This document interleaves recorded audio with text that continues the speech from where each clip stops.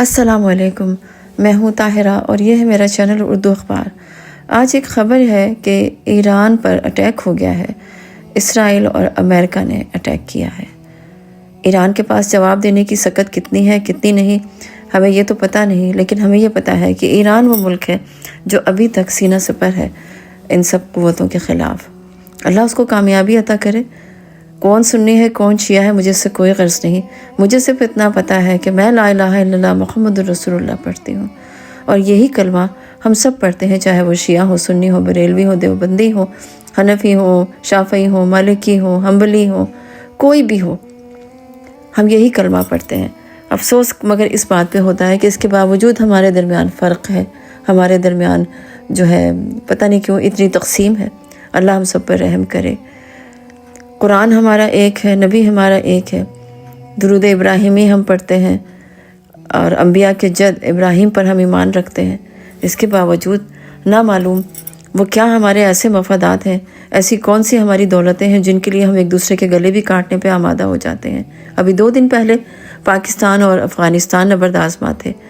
اس سے بحث نہیں کہ کون کس پہ حملہ کس نے پہلے کیا، یہ ہمیں ویسے سب کو پتہ ہے۔ کون جو ہے بالکل اپنے آپ کو حوالے کر چکا ہے مغربی اقوام کے یا ان لوگوں کے جو اس دنیا پہ حکومت کا خواب دیکھتے آ رہے ہیں، جو اپنے آپ کو تمام نسل انسانی سے برتر سمجھتے ہیں۔ کس کے دماغ میں یہ کیڑا ہے ہمیں سب کو پتہ ہے۔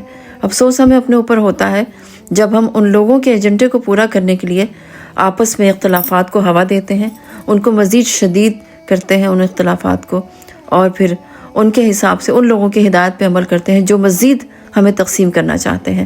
تو اس وقت بھی یہی معاملہ ہے، بقول علامہ اقبال کے کہ ایک ہے سب کا نبی، دین بھی قرآن بھی ایک، کچھ بڑی بات تھی ہوتے جو مسلمان بھی ایک۔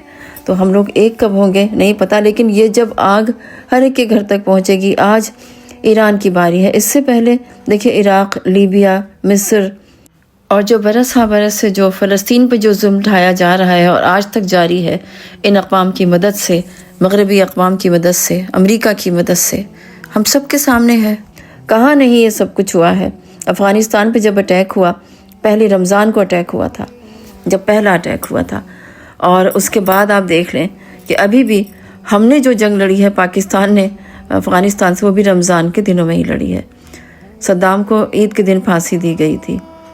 ہمیں اس سے کوئی غرض نہیں ہے کہ کون آمر تھا کون ڈکٹیٹر تھا، ہمیں اتنا پتہ ہے کہ اس وقت جو لوگ اپنے آپ کو منتخب کہتے ہیں، چاہے وہ 47 کے جو ہے منتخب شدہ ہیں، چاہے وہ دنیا میں کہیں بھی جمہوری حق رائے دہی کے حساب سے اپنے حکومت میں آئے ہیں، ان کا سب کا ایک ہی ایجنڈا ہے کہ بس دنیا کو جنگوں میں الجھا کے رکھو، اور اقوام پر جو کہ غریب اقوام ہیں، خصوصاً مسلمان ہیں، ان پہ دنیا تنگ کر دو، ان پہ زمین تنگ کر دو۔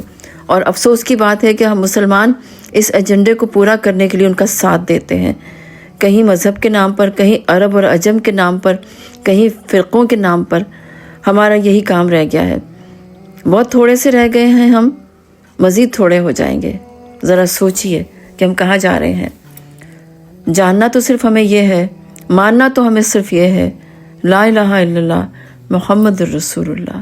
اتنی سی بات ہے، ہماری سمجھ میں نہیں آ رہی کہ وہ ہمیں اس کلمے کے تناظر میں دیکھتے ہیں، وہ ہمیں صرف کلمہ گو سمجھ کے ہم پہ حملہ آور ہوتے ہیں، چاہے ہم شیعہ ہیں، چاہے ہم سنی ہیں، چاہے ہمارا کوئی بھی فرقہ ہے، مگر ہم اپنے آپ کو مزید تقسیم در تقسیم کے چکر میں کمزور کیے جا رہے ہیں۔ اللہ ہم سب پر رحم کرے اور ہمیں یاد دلا دے، ہمارا ایمان تازہ کر دے اس پر کہ لا الہ الا اللہ محمد الرسول اللہ۔ اللہ حافظ۔